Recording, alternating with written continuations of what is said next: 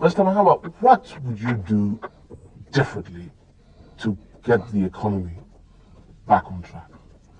Well, before I begin to talk about that, I was just going to chip in, what I think Nana and Co will do if I'd like you to tell me what they you want. would do. If they want. That's an important matter. If they want.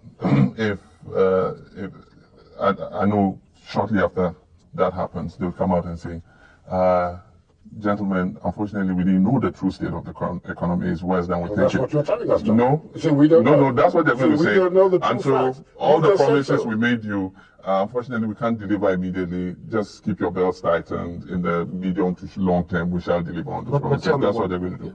But yeah, a lot of programs are in place already and are beginning to yield results. We put in the Gateway program. We have the Free Zones program.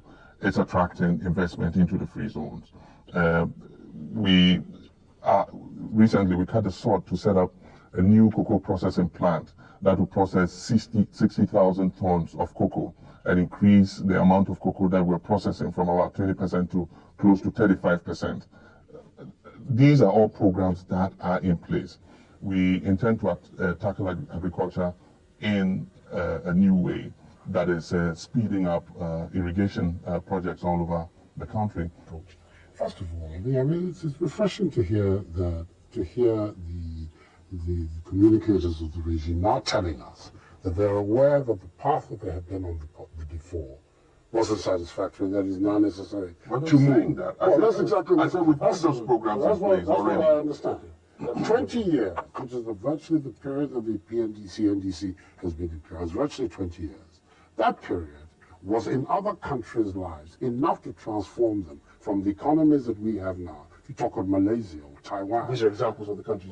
I'm talking about countries that began very much at our level of development, who within a 20-year period moved in the case of Korea from 400 per capita income, which was Ghana, 60% people in agriculture like they were there, to economies where per capita incomes is now measured in terms of thousands of dollars.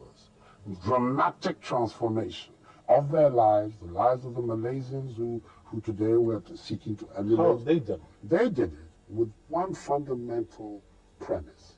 You cannot develop your economy unless you give the producers, whether of agricultural products, whether of industrial products or services, confidence in their ability to work, take their reward, pay their taxes, and get on with their lives. All right, and you can watch the full version of that interview this Saturday on Hot Issues.